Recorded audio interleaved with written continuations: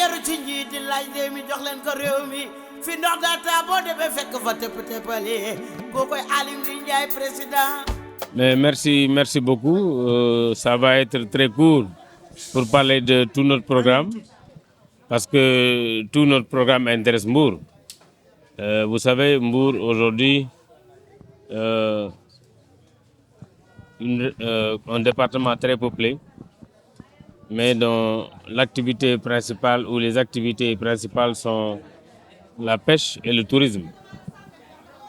Dans le domaine de la pêche, nous avons tous constaté, et je le dis à chaque fois que je vais dans une zone de pêche, que nous avons constaté l'absence de la ressource poisson.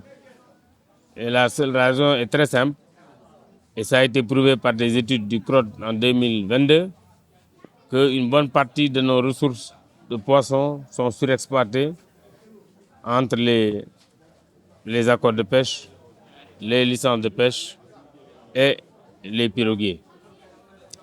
Donc nous avons décidé, si nous sommes élus à la tête de ce pays, déjà et tout de suite, d'arrêter cette surexploitation. Elle passera par la réduction des quotas, voire même l'annulation des accords, si toutefois c'est nécessaire.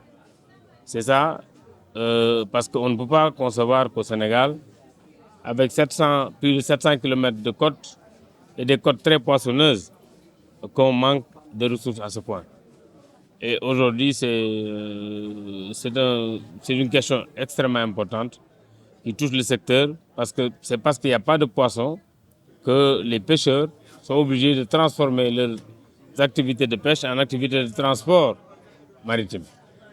Voilà, c'est ça que je voulais dire ici sur Mbour, sur le domaine de la pêche. Dans le domaine du tourisme également, je pense qu'aujourd'hui, nous avons constaté que pratiquement toute cette zone, c'est vrai qu'une partie est encore touchée par la crise certainement, mais nous pensons qu'aujourd'hui le secteur du tourisme a encore de beaux jours devant lui.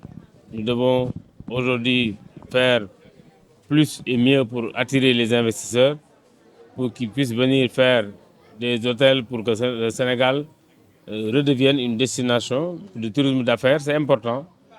Et également que les Mbourois puissent encore une fois trouver leur compte dans ce secteur. L'exploitation du pétrole peut accentuer la raréfaction des ressources halieutiques.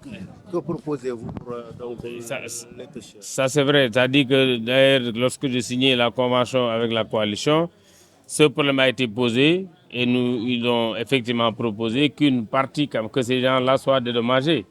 Parce que tout simplement, c'est les pêcheurs qui sont les premiers touchés par cette exploitation pétrolière. Je leur ai d'ailleurs suggéré de participer de façon effective dans les restitutions d'études d'impact environnemental. C'est vrai qu'ils ont reproché les approches où il arrive qu'on leur donne un document de 600 pages pour les inviter à une réunion le lendemain. Naturellement, ils ne pourront pas aujourd'hui parcourir pour faire ce truc. Et je leur ai dit, ça, c'est quelque chose, à mon avis, ils ne doivent pas l'accepter.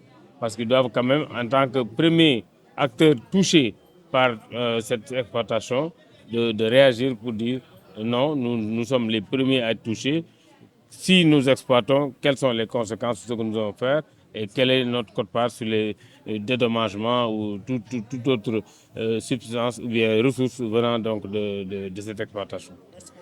Merci. Aly Ngouille Ndiaye de Atsinga.